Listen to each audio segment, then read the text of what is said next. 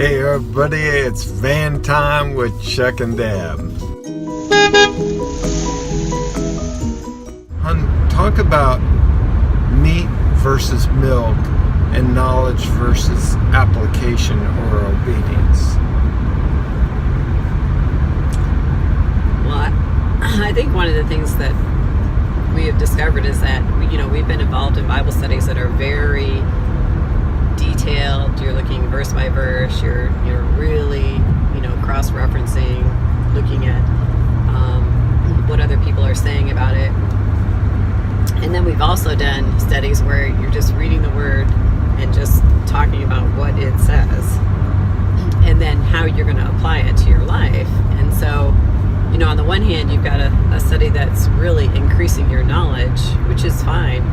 But on the other hand, you have something that's more simple, but the focus is on what are you going to do about what you're reading, not how is this going to increase your knowledge of what you're reading. And I think that was kind of a major paradigm shift for us, because I was thinking that the knowledge was bringing application, but when we really looked at what was happening, there was way more knowledge than there was application or obedience to what we know. Yeah, so when people ask me, well, I want the meat, I say the meat is in the application. I'm not against deep Bible study, cross-referencing, commentaries, all those things. If at the end of the day you put the emphasis on what you do versus what you know.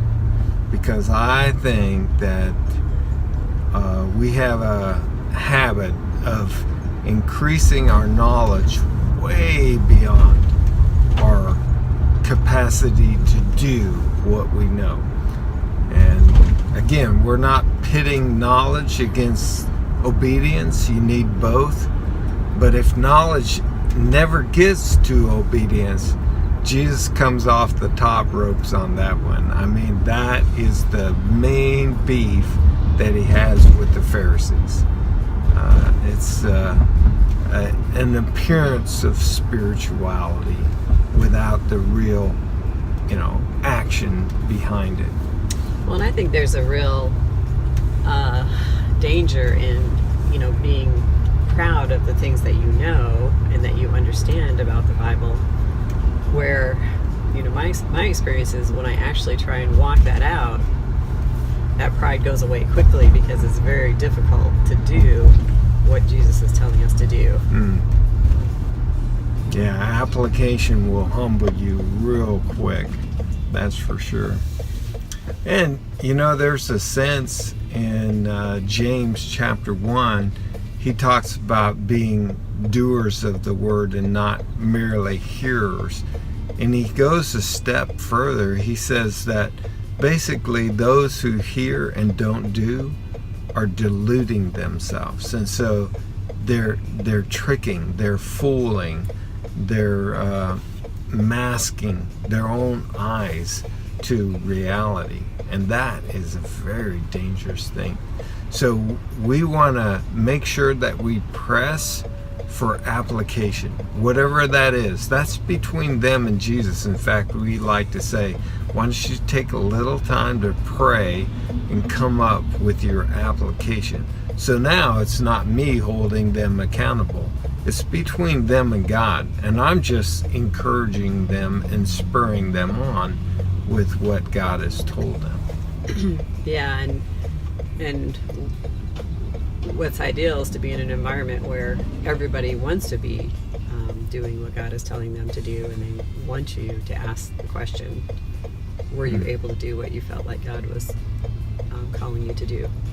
So, if we put a premium on doing, then we are like the wise men building our house on the rock. If we don't put a premium on doing and just hearing, then we're like building our house on the sand, and when the troubles come, then the house collapses, and great is its collapse. Yeah. So our master, our Lord, put a great premium on obeying what we know.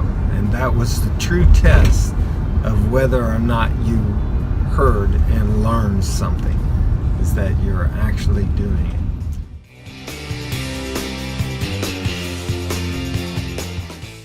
All right, I hope this has been helpful to you. If it has been, go ahead and pass it on. Until next time, keep making disciples until There's no place left. all right.